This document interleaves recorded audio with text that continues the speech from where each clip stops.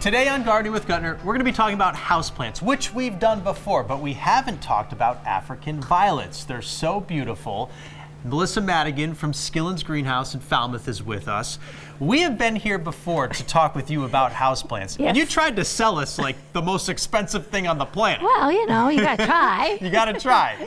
This is way more affordable, way more friendly to the budget, the African violet, right? Yes. So what's the secret about the African violet? Is it easy to grow at home? Are there any quirks with it? It is really quite easy as long as you kind of follow the rules on them. So for instance, you don't want to water it from the top because then you get leaf damage. Ah, like is this? Like on that one? Yep, one that right got, here. because you're watering mostly with cold water. Okay. And so it gets, that does that damage. It will also do this kind of damage. So how do you water the African From violet? the bottom. You want to take a pan, just set it there for like 20 minutes. And it will just get absorbed up? Yep, it just absorbs up. And you can tell it's all set with water when the top of it is damp. Okay. But you're not going to water it till the top of it is dry. Okay, and you do want it to dry out in between waterings, correct? Yes, you don't want to keep it soaking wet because then you just get root rot and gotcha. plant will fail. What about where in the house you would put this?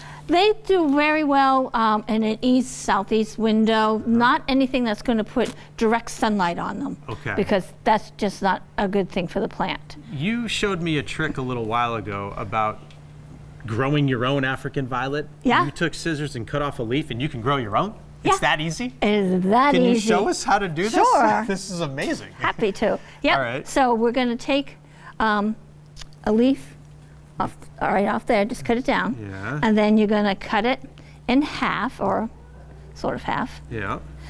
And then you're going to make a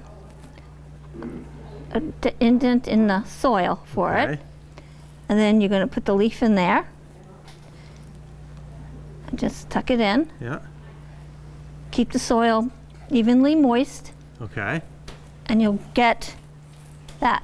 Eventually? Eventually. Does it take a while? It does take a while. Like I didn't pay much attention to it, but but it still grew. it still grew. Yes, That's it such did. a great little tip. Thank you for that.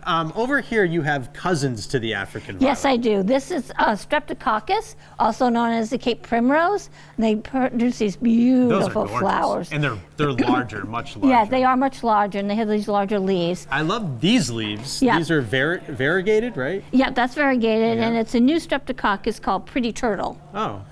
Is it as pretty as it says in its name?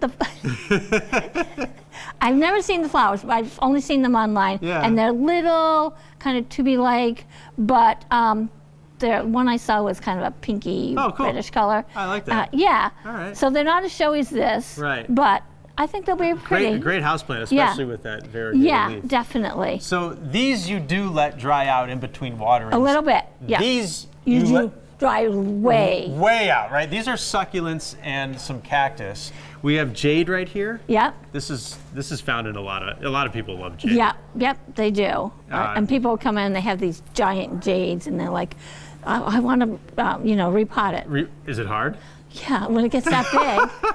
Yeah, because you do the repotting, right? Yeah. But because these get very fragile. Gotcha. And then they can just break off. And I see. Especially the leaves, they just pop off. You look at them wrong. Okay. What else do we have over here? We also have peperomias. I thought you were going to say pepperoni, but no, you did not say pepperoni. No, I did not. I said peperomia. And this one, surprisingly, is a peperomia. And it usually lives with our succulents and cacti. But this is a new peperomia we just got in the other day called Raindrop. Oh, it's cute. Yeah. And then these guys are all also peperomias. I love them. They're beautiful. The little ones. I like the waxy leaves to them. Yeah. Lots of color and flowers here. I don't see any over here. These do flower though, right? Well, here's one right here. This echeveria is about to bloom open. Oh, that's cool. Yeah, I think the flowers are kind of pinky. Oh, neat. Yep. So you will get flowers, but not as often as Yes, and like the African jade flowers, but they're a teeny little white flower. Oh, cute. Okay. Well, there you have it, folks. These are some good ideas for houseplants, especially the African violet, because this will bloom quite a bit throughout the year, right? It does. Yeah. Yep. If you'd like to know more about these houseplants, you can come and talk to Melissa at Skillen's That's houseplants for you. We'll see you next time on Gardening with Gutner.